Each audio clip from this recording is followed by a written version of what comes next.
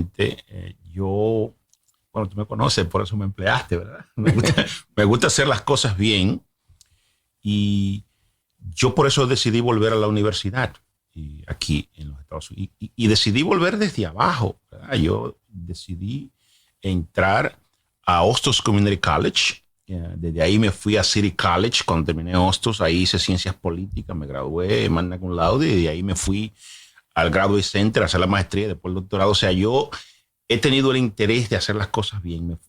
En cuanto al libro, te dije ya que fue una idea que yo tuve desde antes de entrar. Yo quería estudiar la comunidad dominicana y quería estudiarla bien, quería estudiarla de una manera con expertise. Y tuve mucha suerte porque me tocó un asesor para la tesis en la universidad, que es una de las personas más respetadas en materia de política étnica en los Estados Unidos, probablemente en el mundo, que es el doctor John Mollenkopf, que fue mi asesor para la tesis. Entonces eso realmente ya me dio a mí las herramientas para hacer un trabajo al más alto nivel, pero fue un trabajo de largo plazo, fue un trabajo donde hubo que invertir muchas horas, mucha lectura, cientos de libros sobre el tema. Bueno, las entrevistas nada más. O sea, imagínate hacer 26 entrevistas, grabarlas, transcribirlas y leer docenas y docenas de libros sobre política étnica y sobre política americana. Realmente implicó un trabajo muy fuerte, pero al mismo tiempo muy, muy motivador, porque yo siempre he tenido ese deseo de aprender y aprender más. Y lo hice de una manera entusiasta, todo, porque acuérdate que tuve también que hacer el doctorado, que también implica no solamente tomar clases y pasar las clases, sino también tomar unos exámenes. Háblame un poco de tu doctorado en ciencias políticas. ¿Cómo fue ese doctorado? ¿Qué significa para ti haberte graduado de ciencias políticas? ¿Y cómo tú ves desde esa perspectiva lo que está pasando hoy en Estados Unidos? Nosotros necesitamos más personas que estudien. Todo hay que estudiarlo más. Y nuestras comunidades, que son comunidades que han sufrido mucho el impacto del colonialismo, ¿verdad? Han creado capas intelectuales con mentes colonizadas, en muchos casos, y eso se va transmitiendo de generación en generación. Nosotros necesitamos más intelectuales de libre pensamiento, personas que estén expuestas a los métodos menos colonizantes. Y yo siempre he tenido ese deseo de estudiar. La ciencia política es muy importante porque la política es una carrera liberal y sobre todo cuando la política se ejerce de una manera democrática, hay muchas libertades que le facilitan a todo el mundo participar. Esa es la idea, ¿verdad? La libertad de facciones que está implícita incluso en el pensamiento político norteamericano, donde Madison dijo que no hay democracia sin libertad de facciones. Pero las facciones son problemáticas porque todo el mundo quiere, ¿verdad?, sacar ventaja. Entonces, ahora mismo tenemos ese fenómeno de las redes sociales que ha exacerbado ese deseo de muchas personas participar en política, pero es muy peligroso que muchas personas no entiendan que el gobierno y gobernar es algo muy complejo, que implica realmente muchos conocimientos, porque no es nada más pararse frente al micrófono, subirse a una tribuna o firmar un cheque. O sea, hay muchas complicaciones que tienen que ver con los intereses de los diferentes sectores al que el gobierno está supuesto a servirle. O sea, ¿cómo le servimos, por ejemplo, a los productores de energía, pero también garantizamos que el medio ambiente se proteja? ¿Cómo le servimos a las farmacéuticas, pero también garantizamos que las medicinas sean elaboradas de una manera honesta y que lleguen al público de una manera transparente, etcétera? O sea, son tantas las implicaciones de gobernar que no es cualquiera que está supuesto a gobernar. O sea, y realmente por el asunto de la corrupción, ¿verdad?, que le ha echado lodo históricamente al ejercicio de gobernar, mucha gente piensa, bueno, pues me cansé de esto porque aquel y este es corrupto, pero en lo que os sucede cuando ponemos personas que no saben cómo gobernar es que creamos un caos.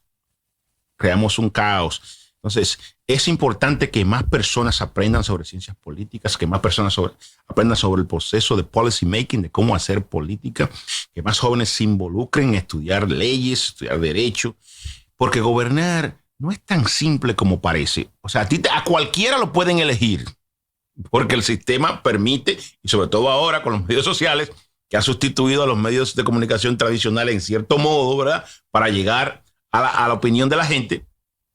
Cualquiera puede resultar electo y eso lo estamos viendo todos los días, pero no cualquiera puede gobernar. Entonces es importante que las personas aprendan a cómo funciona el sistema para que puedan hacer decisiones informadas. Entonces mi doctorado, precisamente siempre he sido una persona que ha tenido mucho interés por la política y por la justicia social.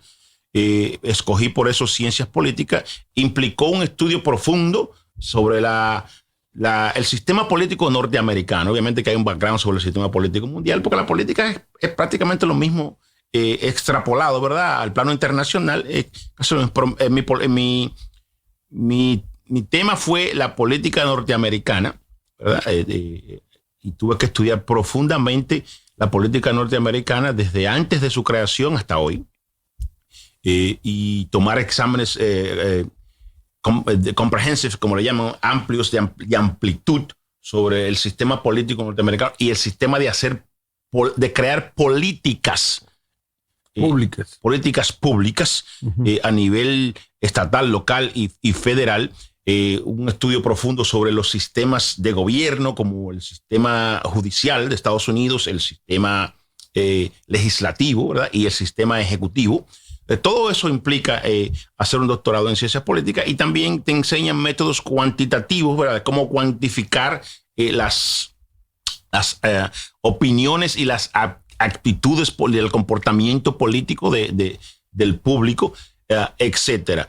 Yo siempre he estado fascinado por eso, así que fue mucho trabajo, pero fue también algo que me dio mucha satisfacción, a pesar de que habían muchos días en que decía, ¿por qué yo me metí en esto? Bueno, definitivamente que hiciste una labor admirable, tremenda, y que merece el reconocimiento de toda la sociedad estadounidense.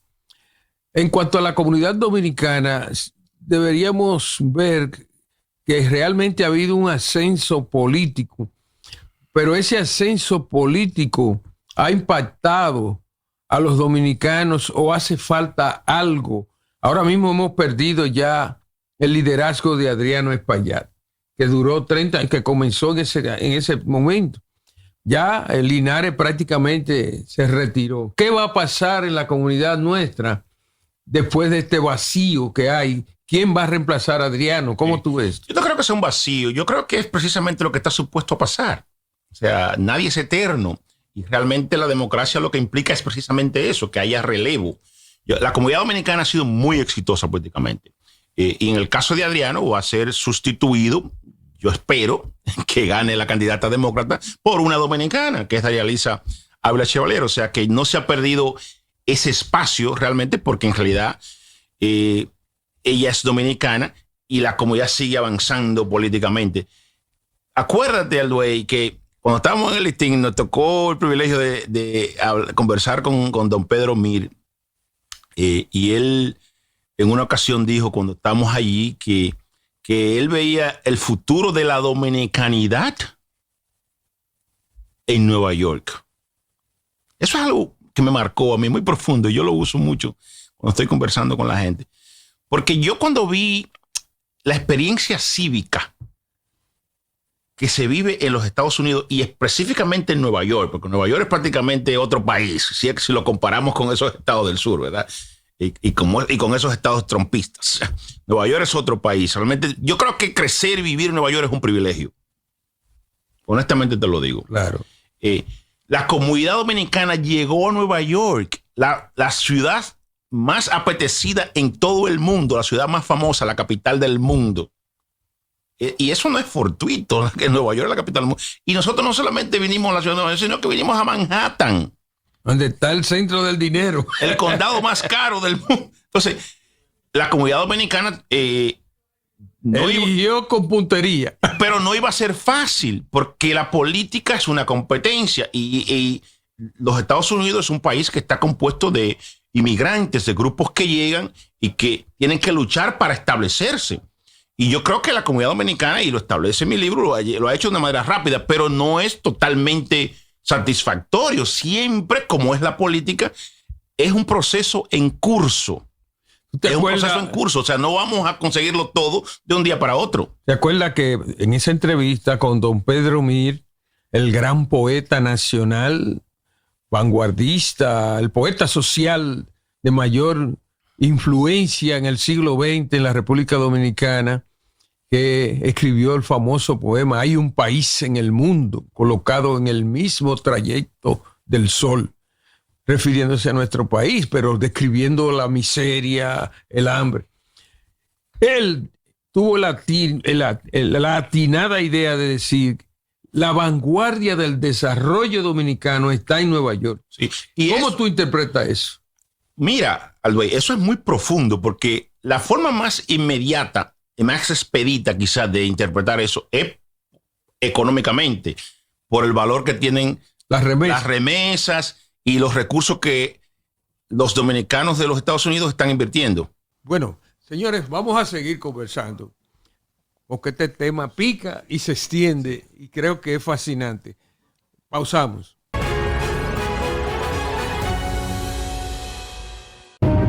Una decisión puede cambiarlo todo.